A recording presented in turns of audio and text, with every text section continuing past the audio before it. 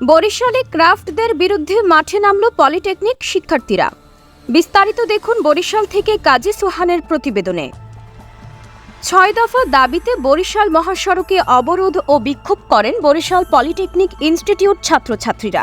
২০২১ সালে অবৈধভাবে নিয়োগপ্রাপ্ত ক্রাফটদের মামলার রায়ের প্রতিবাদে ও ৬ দফা দাবি আদায়ের লক্ষ্যে পলিটেকনিক ব্লকেড কর্মসূচি করেছে শিক্ষার্থীরা।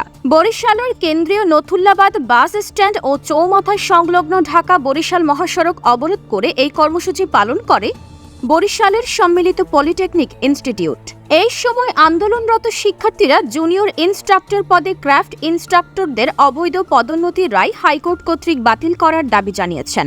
পাশাপাশি ক্রাফট ইনস্ট্রাক্টর পদবি পরিবর্তন ও মামলার সাথে সংশ্লিষ্টদের স্থায়ীভাবে চাকরিচ্যুত করা, ২০২১ সালে রাতের আধারে নিয়োগপ্রাপ্ত ক্রাফট ইনস্ট্রাক্টরদের নিয়োগ সম্পূর্ণ বাতিল এবং বিতর্কিত নিয়োগ বিধি অবিলম্বে সংশোধন করা সহ ৬ দফা দাবি তুলে ধরেছেন।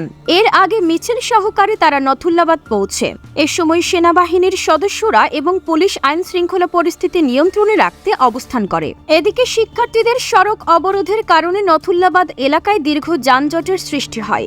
এ সময় শিক্ষার্থীরা জানিয়েছেন তাদের ৬ দফা দাবি বাস্তবায়ন না হওয়া পর্যন্ত তারা তাদের আন্দোলন চালিয়ে যাবেন। এই সময় তারা বিষয়টি দ্রুত পদক্ষেপ নেওয়ার জন্য সংশ্লিষ্টদের প্রতি আহ্বান জানিয়েছেন। দাবিগুলোর মধ্যে উল্লেখযোগ্য হচ্ছে কারিগরি ও উচ্চশিক্ষা মন্ত্রণালয় নামে স্বতন্ত্র মন্ত্রণালয় প্রতিষ্ঠা করা, জুনিয়র ইনস্ট্রাক্টর পদে ক্রাফট ইনস্ট্রাক্টরদের অবৈধ পদোন্নতির হাইকোর্টের রায় বাতিল, যেকোনো বয়সে ভর্তির সুযোগ বাতিল, ৪ বছর মেয়াদী কারিকুলাম এবং ইংরেজি মাধ্যম চালু সহ ৬ দফা দাবি।